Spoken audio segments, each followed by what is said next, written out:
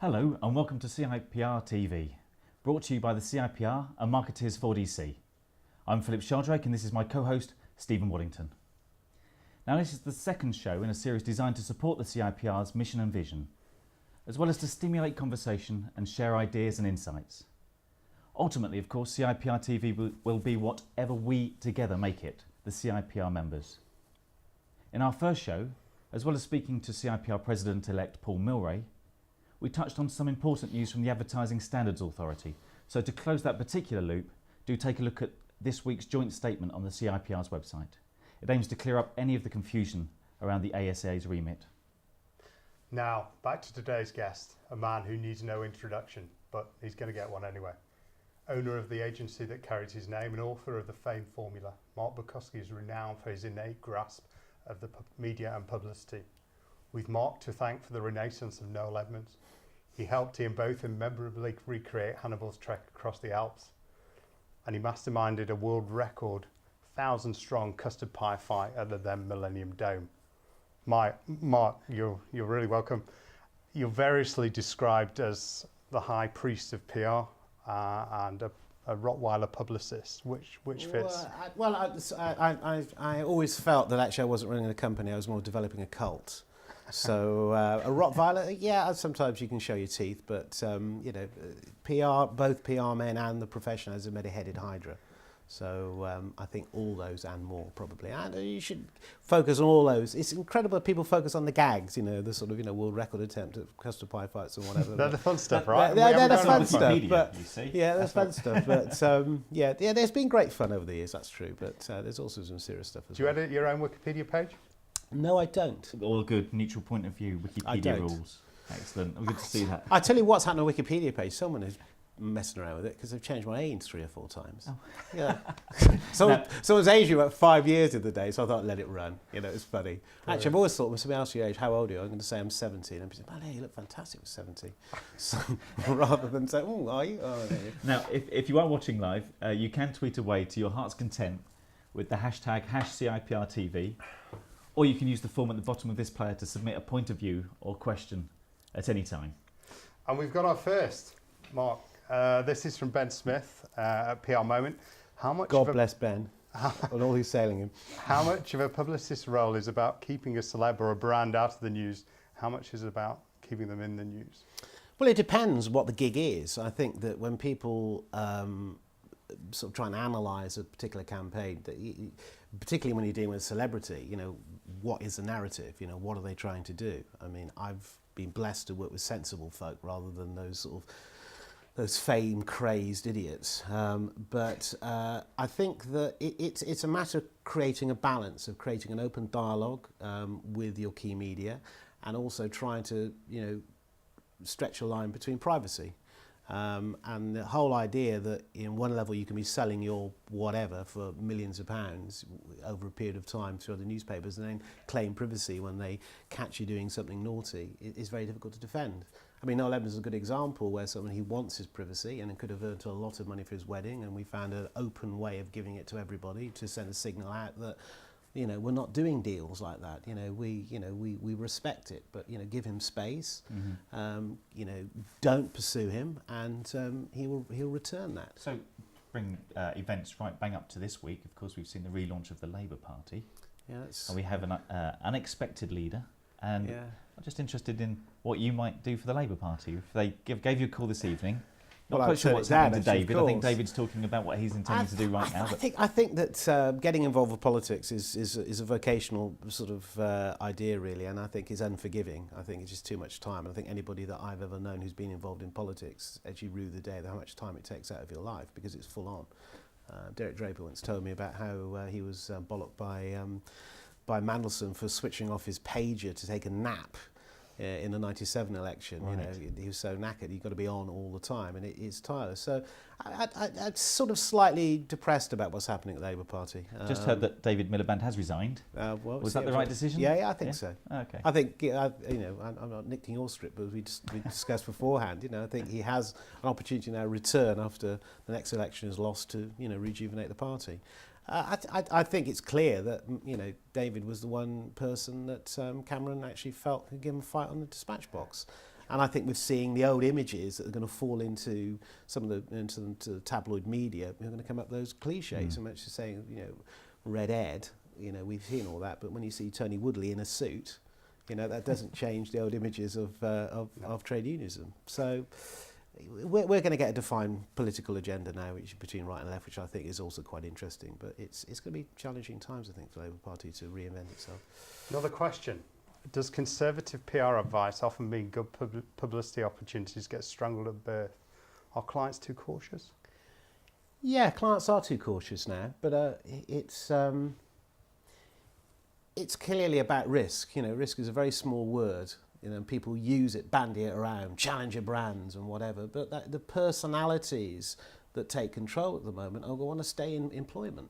And are you going to be the brave brand manager that takes a risk and loses a job?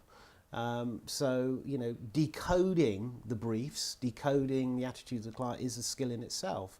And I think that depending on the brand, they ultimately get the publicity they deserve. And I think if you process your way through it, and I think the bigger brands, with a global footprint, certainly have to consider how they operate. Maverick brands that have come out of nowhere. Let's take how huge Red Bull have become. If you think about how that started from zero and how it encapsulates what it is, there's a sort of translucency, a truth about that. And I think that's what you've got to try and get at. And I think the strength of PR at the moment, they can, find that voice for the client and shape that conversation. We are absolutely in the most potent time for the profession to actually take a position of responsibility. We have the power now, and we also have the power to mess it all up, frankly. Well, actually, before I go on, I should thank @SimonSanders for that question via Twitter. But I guess I would extrapolate that forward. 2010, 2011, what are the biggest challenges? What's changing most about our profession? I think it's always been about speed and technology. If you look at the history of the publicity game, whether you were using the telegraph or you were using the radio for the first time, or using the wire services, or even if you're using the IBM typewriter to do a mail merge, PRs have actually been on the forefront of using technology to get their message out. And now the speed of it now, and I don't think people responsibly use it in the right way. I think that people can, hand over the responsibility by doing, a CC list of people. Here we are, it's the Acme bomb, I passed it over to you. Allows people, and particularly brands, to not make a decision and to slow up a process where there is a 10-minute news agenda, where newspapers are clearly under pressure. They're less staff in the newsroom, expected to do more. Reacting to verification of the news that are coming through this. So I think that those sort of challenges, the challenges about how and who will take the centre ground is where the next 2 years lie, frankly. And I think we've seen a lot of advertising agencies now looking at buying PR companies or setting up their in-house teams.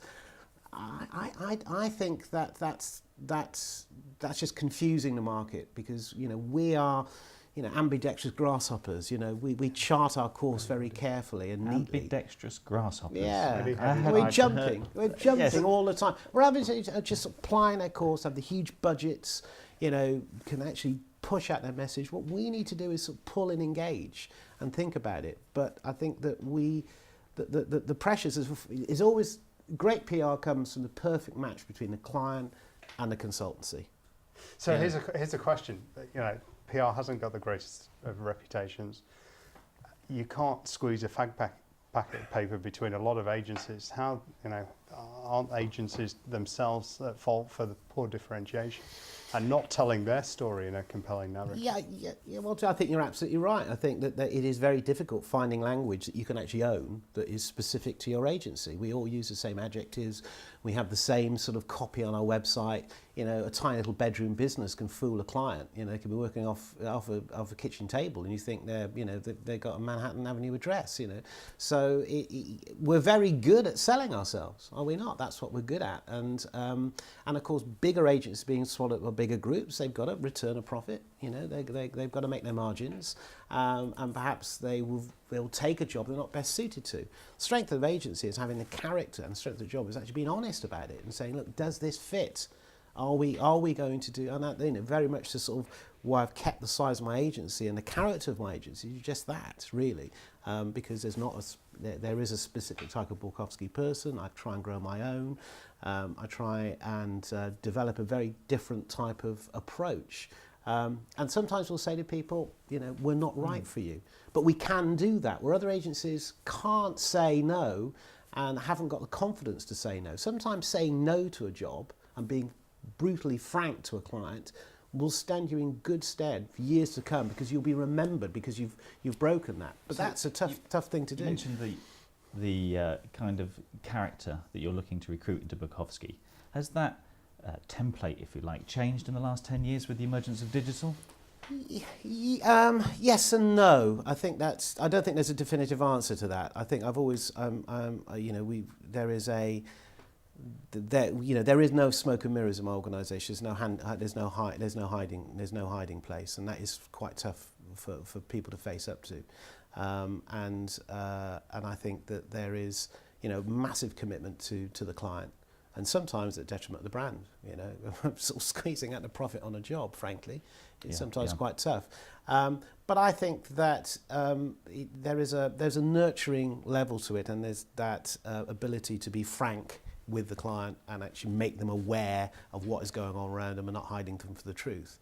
And it's a difficult one, but of course the agenda, what's happening now, particularly being tech savvy, being, putting in the hours actually to listen. We're all listening now to the conversations screaming around us, and I don't care how many sentiment analytics we actually use.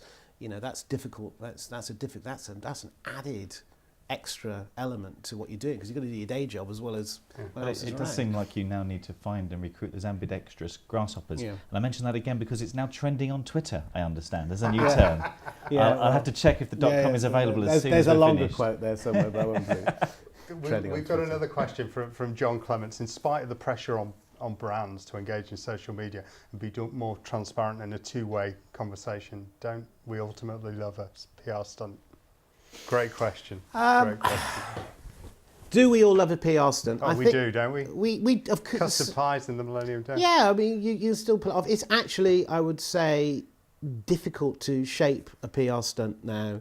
I think people have great ideas, and I'm not talking about and being negative about the stunts that have failed. I mean, there's one this week about something dropping out, American outdoor ad agency dropping out the L in public, so it was like a pubic conversation, That wasn't yours.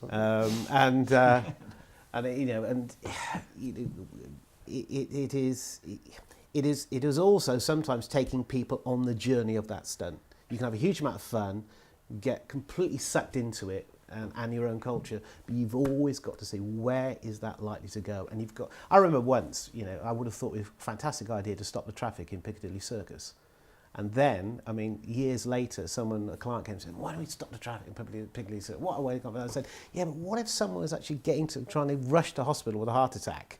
Are you going to take responsibility for that? Yeah. And I think that there is the enthusiasm of youth into that sphere, and you've got to manage it by not being negative about it, but you've actually got to see the conclusion of what you're trying to aim. And sometimes the idea is so great, it doesn't deliver up for the client, and there was a theme to my stunts for ages, animal auditions. I did my first book in propaganda looked at the things that inspired. It's still available on some junk shops in Aberdeen at quite a lot of money now. Actually, I never made the money out of it. But it clearly is about, there are themes and 7 themes that continue to inspire the story. You go back to my favourite books, and one of the things that I think defined the way we thought was Joseph Campbell's Power of the Myth, because the atavistic longing for storytelling has been with us since a campfire, and it will not change. It is how we shape that story through a stunt. And sometimes a stunt can outwit even the client's message. They say content is king, but the story is content kingmaker. Content is the what did Murdoch say? Content is now the emperor, because all his devices now need the content. So content is golden. Well, Matt, we have another question in from Twitter from Paul Frabretti.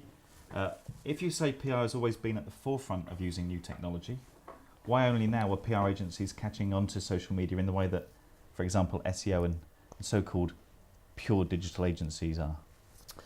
I Do you know what? I think part of the answer to that question is the fact that PR has been really a bit like the cobbler with the sort of holy shoes, you know, or the accountant who does appalling tax returns on his own company. I think we've been very bad at articulating, you know, how cutting edge we've been to the two generations. And I think there is this strength certainly between what a brand's buying into in terms of, you know, SEO as opposed to, you know, purely the conversation can be generated through a campaign. But you know, I often say, look back to the history of what we've done. We've been really bad, and because it's an American, you know, dominated, you know, from Bernays and whatever, you know, the Americans have no cultural connection with what they created. So there's very little. I mean, if you talk about Mad Men, you know, forget Mad Men as a series. It's far more interesting the advertising, the PR men of that generation. Yeah. It clips that, but it's about control. So we don't articulate our best strengths and our innovative skills. And you know, I used to have a booze client many years ago, and I used to turn up to the meeting. I was always late, and I couldn't work out why. And I took the client aside. And it was we always met at Saatchi and Saatchi, the old Saatchi and Saatchi. And I sat the client aside. I said, look, I mean, what am I doing wrong? I'm 20 minutes late. He said, oh, don't worry, Mark. Saatchi's like to start a little bit earlier before you arrive. Because I want to set the agenda. And they're much cleverer. The advertising account man is a much cleverer being of actually reinventing what is real. I often say, if you look at the best advertising account men, they've got to have their tongues surgically removed from their clients' arses, you know. And they are much better in corralling it. And I had a very forceful MD, and we had a client, and in the holiday world, and she called my managing director up in the middle of the night, 2 o'clock. Her pipes had burst, and I said, "Oh, well, what did you do? Did you give her a 24-hour plumber?" I said, "No, I went down my vacs to clean it up." I said, and I thought, my God, that sort of level of relationship managing is extraordinary. So why has the PR industry got such a shoddy reputation? What can we do to improve that? I think some of the better PR agencies over the years were deliberately quiet and kept their PR agencies. Yeah, PR agencies kept their PR agency kept their head way below the parapet, and so therefore they weren't interested in articulating that. Now it's an explosion. You know, as we've said, you know, CIPR aside, you know, what you have to do to win a piece of business, you know probably you're coming at price. Right. And that's what's happening. We're cannibalizing fees. It's extraordinary at the moment where people just do the job just to get the fee, at whatever level. But this explosion is confusing. This blurring of the edges is making it more difficult for the better agencies to sort of convince people that they're good. So that's a perfect segue. We just got a question from at PR Media Blog via Twitter again. How do agencies really shine, develop a different type of approach, be confident about saying no? In fact, a phrase I heard this week was actually the more times you say no, the more value your yes. Yeah, I totally agree with that, Phil. I mean, absolutely. I think you've got to stick to a long-term game. I think we've also... Did I set this company up to sell it out in 5 years? Not at all. I set it up as a vocational sort of thing and to stick with it. I never set this up to flog it. I set it up because I thought it was a fantastic way of spending 24 hours a day. You know, joking aside. And I think we talked about this horizon moment, gazing at the horizon all the time. Stick to what you do. Try and get the best clients and try and get the clients to allow you to do the best work. That is the challenge. And if you do good work, you shine. Mark, thank you very much. I'm just getting the nod from the gallery that it's time to wrap up already. Thank you ever so much. You're welcome. Thanks for your time, Mark, and thanks to everyone for your comments and tweets, and particularly for the production and editorial team here at Marketeers 4DC. So we'll be back in 3 weeks at 5 p.m. on the 20th of October. Put it in your diary right now, when our guest will be Robert Phillips, the CEO of Edelman UK and co-author of Citizen Renaissance. See you then. See you then.